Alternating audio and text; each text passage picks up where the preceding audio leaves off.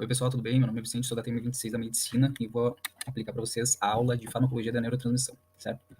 O roteiro breve da aula, eu vou trabalhar a fisiologia, transtornos de humor principais, as teorias da depressão e os tipos antidepressivos, tá? A minha bibliografia utilizada foi Psicofarmacologia do Salvo, que tem na biblioteca nessa terceira edição. Com relação à fisiologia, eu trago esse exemplo didático para vocês, ou pelo menos tentei ser o mais didático possível. As monoaminas, principalmente a dopamina, noradrenalina e a serotonina, vão ser responsáveis pela modulação de humor, tá? Aqui a atuação de cada uma delas, especificamente, a dopamina sendo responsável pela atenção, motivação, prazer, recompensa e sexualidade, vai estar envolvida principalmente pessoas com uso de drogas, por exemplo, tá? Então vai ter diretamente essa relação com a questão do prazer, da recompensa, já a noradrenalina sendo responsável pelo alerta, energia, e a serotonina, obsessão e compulsão. Aqui eu trago ainda que elas vão ser responsáveis pela modulação de humor, principalmente, relação dos ciclos sono e vigília, motivação, recompensa e percepção de dor. Aqui a gente já consegue entender porque pessoas com depressão, por exemplo, vão ter baixa na motivação de recompensa, vão ter alteração na percepção de dor e alteração do sono, justamente pela redução dessas monoaminas, tá? Vai ser uma das teorias que vai tentar explicar a depressão. Aqui ainda com relação à fisiologia, eu trago um neurônio serotoninérgico, certo? Depois de toda a formação da serotonina, ela vai ser encapsulada pela vesícula, e após a liberação do potencial de ação, ela vai ser liberada na fenda sináptica. Esse, então, vai ser o axônio de um neurônio pré-sináptico. Aqui a gente consegue visualizar o CERT, que é o transportador da serotonina, o MAO, que é a enzima monoxidase, e o autorreceptor de serotonina. Tá? Existe uma série de autorreceptores, tanto de serotonina quanto de noradrenalina, mas aqui está representado o autorreceptor de serotonina 1B. Tá? Esses autorreceptores eles vão ser importantes justamente por fazer a modulação da liberação de neurotransmissores, ou seja, o neurotransmissor, após ser formado e liberado, ele vai ter a modulação nesses autorreceptores, que vão basicamente atuar de forma a liberar mais neurotransmissores, dependendo da concentração, e em altas concentrações na fenda sináptica vão reduzir a liberação, ok? Os transportadores de serotonina, então, eles vão fazer essa eles vão recapturar os neurotransmissores da fenda sináptica.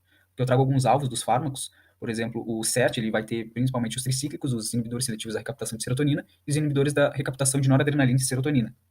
Aqui, um neurônio noradrenérgico vai ser basicamente o mesmo funcionamento do serotoninérgico, a diferença é que o receptor, o transportador, na verdade, vai ser o NAT, e os receptores aqui identificados vão ser o receptor alfa-2 adrenérgico, tá? Basicamente realizando essa modulação da liberação. Bom, o NAT, ele vai ter como fármacos principais os tricíclicos e os inibidores da recaptação de noradrenalina e serotonina, que a gente vai ver mais pra frente. E com relação ao transtorno de humor, trago esses dois exemplos principais, assim, ele pode ser unipolar ou bipolar. No caso do unipolar, nosso principal exemplo é a depressão maior, vulgarmente conhecido como depressão, e o bipolar, transtorno de humor bipolar, que vai ser classificado pela oscilação de maníaco e depressivo, tá? Nesse gráfico a gente tem uma representação bem didática do livro, que tenta explicar que quando nós temos uma elevação nessas monoaminas, a gente entra no estado maníaco.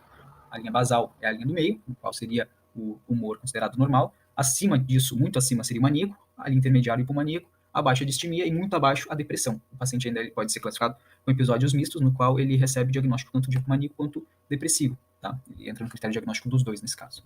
Aqui uma representação do livro ainda, só para vocês terem essa visualização, de onde vão atuar especificamente esses neurotransmissores e a consequência da diminuição da noradrenalina e dopamina, por exemplo, atuando na redução do afeto positivo e a diminuição da noradrenalina e serotonina atuando no aumento do afeto negativo. O humor normal seria o equilíbrio entre essas concentrações. Tá? Aqui tentando esmiuçar um pouco mais, com relação à depressão maior, é aquilo como eu já tinha falado, o paciente vai ficar de forma unipolar. Tá? Nós temos a linha basal, o paciente vai ficar sempre com o gráfico em queda, tendo essas oscilações até o nível basal e queda, nível basal e queda. Bipolar seria essa oscilação para maníaco, bipolar tipo 1, geralmente começando em estado maníaco, pode apresentar o quadro misto e o quadro depressivo. O bipolar tipo 2, ele geralmente vai começar com um quadro depressivo e pode atingir mania e ter essa oscilação de maníaco depressivo. É importante esse entendimento porque muitos pacientes com bipolaridade tipo 2, por exemplo, eles vão começar com um quadro depressivo, vão receber um tratamento para depressão, um antidepressivo, e esse tratamento muitas vezes pode desencadear uma fase maníaca, tá? Elevando os níveis de serotonina, noradrenalina, e gerando por consequência, esse estado maníaco. Os critérios diagnósticos para depressão, pelo menos um dos dois critérios superiores ali, seria humor deprimido, apatia, e pelo menos 4 dos de baixo, para classificar o paciente com depressão, diagnosticar o paciente com depressão maior. Bipolar tipo 1 e tipo 2, aqui eu trago a fase maníaca, os bipolares podem ter, geralmente vão estar associados à fase de depressão também, mas aqui eu trago a fase maníaca, para vocês entenderem, vai ser humor elevado, expansivo, humor irritável, pelo menos um desses dois, com 3 ou 4 dos critérios abaixo. As teorias da depressão. A primeira teoria vai ser a das monoaminas, uma das principais, mais utilizadas pelos fármacos atualmente, vai dizer basicamente que a concentração das monoaminas vai ter influência direta na modulação do humor. Ou seja, a falta dessas monoaminas em determinadas regiões do cérebro, como o córtex pré-frontal, por exemplo, vão determinar essa oscilação de humor e essa queda do nível de humor para um quadro depressivo. Eu trago aqui essa informação que o aumento da concentração de alminas também pode levar o paciente para um quadro de mania, o aumento dessas monoaminas, porque, como eu já falei antes, pacientes com bipolaridade, se tu administrar um fármaco antidepressivo, pode dar esse efeito rebote e elevar o paciente para um estado de mania. Além disso, é importante entender que o efeito dos fármacos antidepressivos que vão atuar na concentração das monoaminas, eles não vão ser imediato, ou seja, vai levar de 3 a 4 semanas para o paciente notar os efeitos no humor. E isso é basicamente uma das principais limitações da primeira teoria das monoaminas, porque não vai explicar basicamente o funcionamento. Digamos assim, nós temos uma baixa concentração de monoaminas, e isso gera depressão, certo? Se a gente aumentar a concentração das monoaminas, serotonina, noradrenalina, dopamina, era para o paciente automaticamente ter um efeito benéfico, ter o resultado que a gente queria imediato. Mas não é isso que acontece. E aí entra a segunda hipótese, que é a hipótese dos receptores monoaminérgicos, que vai dizer, basicamente, que os receptores, os autorreceptores e os receptores pós-sinápticos, eles vão aumentar de forma compensatória a baixa concentração de monoaminas. Ou seja, se a gente tem os neurotransmissores e os receptores. Se eu tenho uma baixa na concentração dos neurotransmissores, ou seja, as monoaminas, automaticamente eu vou ter que ter uma elevação compensatória dos receptores pós-sinápticos para tentar compensar essa falta de neurotransmissor. E com isso eu acabo tendo uma elevação na concentração dos autorreceptores, que vão ajudar a modular a liberação de neurotransmissores. Ao fazer isso, quando eu aplico o antidepressivo no paciente, eu vou ter imediatamente um aumento na concentração de neurotransmissores, só que esses neurotransmissores vão atuar nos autorreceptores. Essa imagem aqui ajuda a entender melhor que inicialmente nós temos uma concentração baixa de neurotransmissores, temos os receptores pós-sinápticos e os autorreceptores em 3 aqui, certo? No momento que a gente aplica o fármaco, a gente vai ter um aumento da concentração de neurotransmissores, por quê? Porque nós bloqueamos os transportadores de SERT, de NAT, aumentando a concentração na fenda sináptica, só que ao mesmo tempo essas monoaminas vão estimular os autorreceptores que vão interromper, atuando na interrupção da liberação das vesículas com os neurotransmissores. Isso acaba deixando elas por elas, porque a gente aumentou, mas ao mesmo tempo inibiu. Isso ao longo do tempo vai reduzindo, ou seja, esses autorreceptores vão tendo uma dessensibilização a partir dessa estimulação. Isso, por consequência, reduz o número de autorreceptores ativos e aumenta a concentração de neurotransmissores na fenda sináptica, que a gente tem um gráfico para representar isso. Inicialmente temos baixa quantidade de neurotransmissores e alta quantidade de autorreceptores. No momento que a gente vai aumentando a quantidade de neurotransmissores, esses receptores vão diminuindo e o paciente vai apresentando um efeito clínico de melhora. Só que isso aqui leva cerca de 2, 3 semanas, 4 semanas, dependendo do fármaco que for utilizado. E a terceira e última hipótese que a gente tem é a neurotrófica ou estresse e depressão, tá? Que vai basicamente aplicar a questão do BDNF, que é o fator neurotrófico derivado do cérebro. Tá?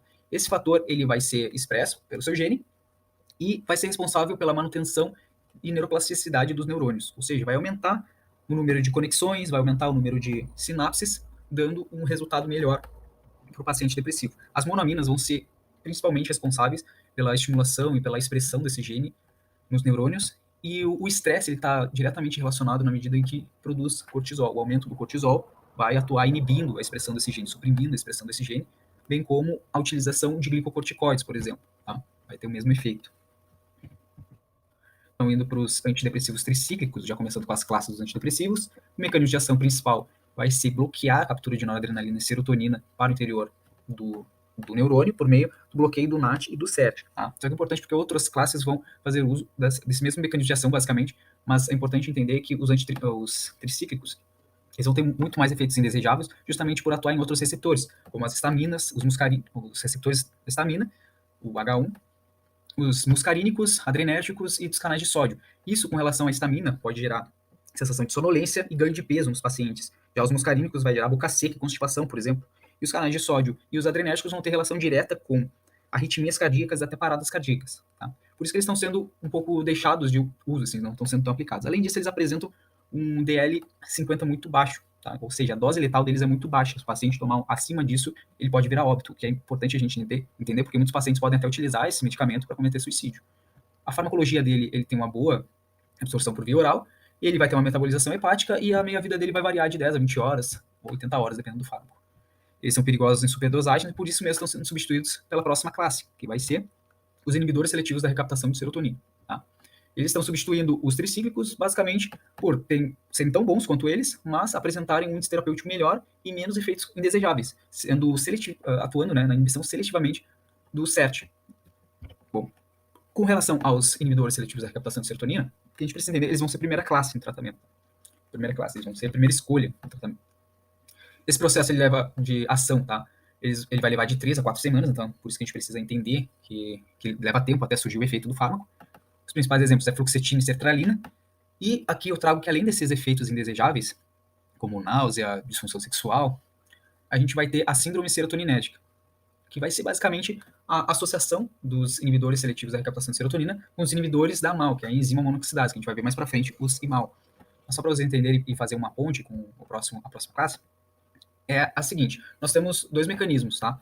O dos inibidores seletivos da recaptação de serotonina, eles vão bloquear o transportador que vai recapturar esses neurotransmissores. Isso vai aumentar a concentração de serotonina na fenda sináptica, certo? Os IMAL, eles vão bloquear a enzima responsável pela oxidação dessa serotonina. Ao fazer isso, a gente aumenta basicamente em duplicidade a concentração de serotonina. Além de não recapturar mais a serotonina, a gente não vai estar oxidando o que ficar na fenda sináptica. Isso vai aumentar de forma exacerbada, a concentração de serotonina vai aumentar a estimulação dos receptores de forma exacerbada, gerando então hipertermia, rigidez muscular, flutuação de estado mental e sinais vitais. Ok? É importante também entender, como eu falei, pacientes bipolares podem precipitar um quadro de mania. Os inibidores da recaptação de noradrenalina e serotonina. Os mecanismos de ação, basicamente, eles bloqueiam o NAT7, assim como os tricíclicos, mas eles vão apresentar muito menos efeitos indesejáveis, justamente por não atuarem tanto na estamina, nos outros locais, okay? Como os muscarínicos, histamínicos, basicamente isso. Aqui alguns exemplos só para a gente entender, coloquei em maiúsculo os que eles vão ter maior seletividade, digamos assim. A venlafaxina vai atuar mais diretamente no CERT do que no NAT, a desvenlafaxina vai atuar mais no NAT do que no CERT e assim por diante. Okay? Com relação aos inibidores da monoxidase, os IMAL, o mecanismo de ação vai ser inibir irreversivelmente a enzima monoxidase, ou seja, vai gerar um aumento da concentração de serotonina, noradrenalina e dopamina. Esse aumento de concentração intraneurônio vai então vai gerar o extravasamento dessas monoaminas para a fenda sináptica, aumentando a concentração na fenda sináptica e gerando maior estímulo do neurônio pós-sináptico. Os efeitos indesejáveis vai ser aumento de peso, xerostomia, convulsões, insônia, agitação. Esses estão sendo pouco utilizados na prática, tá? Os mais utilizados são os inibidores seletivos da recaptação de serotonina e os inibidores da recaptação de noradrenalina e serotonina. E aqui, como eu já expliquei, a síndrome serotoninérgica vai ser justamente essa interação medicamentosa dos inibidores seletivos da captação de serotonina com os IMAL. Vai ter um aumento exacerbado da concentração de serotonina, gerando aqueles efeitos. Outra questão importante de vocês entenderem é a reação do queijo. O que vai ser a reação do queijo? Alguns alimentos, principalmente queijos envelhecidos, peixes, carnes envelhecidas e até vinhos, eles vão ter uma concentração de tiramina, desculpa. Essa tiramina, quando é ingerida no paciente rígido, sem uso de IMAL, ela vai ser automaticamente oxidada pela MAL presente nas células do intestino e do fígado. De forma tranquila, vai ser eliminada, oxidada e eliminada. Agora, quando o paciente está fazendo do inibidor da monoxidase, essa monoxidase não vai ter a mesma ação de oxidar a tiramina. O que faz com que essa tiramina, quando ingerida em excesso, vá parar na corrente sanguínea e a partir da corrente sanguínea chega aos neurônios. Qual o problema dela chegar nos neurônios? A tiramina ela vai ser uma das responsáveis pela liberação de noradrenalina. E a noradrenalina, ao atuar nos receptores alfa-1 pós-sinápticos, por exemplo, vai gerar um aumento da pressão arterial. Tá? Então, aqui, em resumo, para vocês entenderem, a tiramina aumenta a pressão. A monoxidase vai oxidar a tiramina e vai não controlar esse aumento de pressão, digamos assim. No momento que eu inibo a MAL, eu deixo a tiramina livre para fazer o que ela quiser e até mesmo chegar no neurônio e ativar a liberação de noradrenalina, que vai, por sua vez, aumentar a pressão arterial. Isso é importante entender porque esse aumento da pressão arterial, quando for grave, uma grave crise hipertensiva, por exemplo, vai atingir órgãos-alvo como cérebro, coração, os olhos, os rins, e pode levar o paciente a óbito, se for uma crise hipertensiva muito forte. Aqui eu trago um resumo só para vocês printarem, lerem depois com calma, ok? E aqui o meu muito obrigado, essa foi a primeira aula para antidepressivos, depois eu vou dar seguimento com relação aos moduladores de humor. Eu estou disponível no WhatsApp 24 horas, vocês podem mandar uma mensagem a hora que quiserem.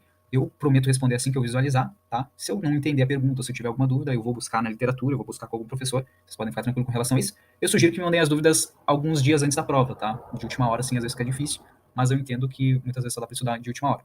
Como literatura suporte, assim, eu oriento vocês a fazerem uso do UpToDate, tá? Todo estudante de medicina tem acesso ao UpToDate por meio do Wi-Fi da faculdade, então é só entrar pelo Wi-Fi do hospital universitário, na verdade, vocês já têm acesso ao UpToDate, tá? Lá é sempre conteúdo atualizado e de ótima qualidade. Então, basicamente isso. Se tiverem dúvida, podem me chamar. Tchau, tchau.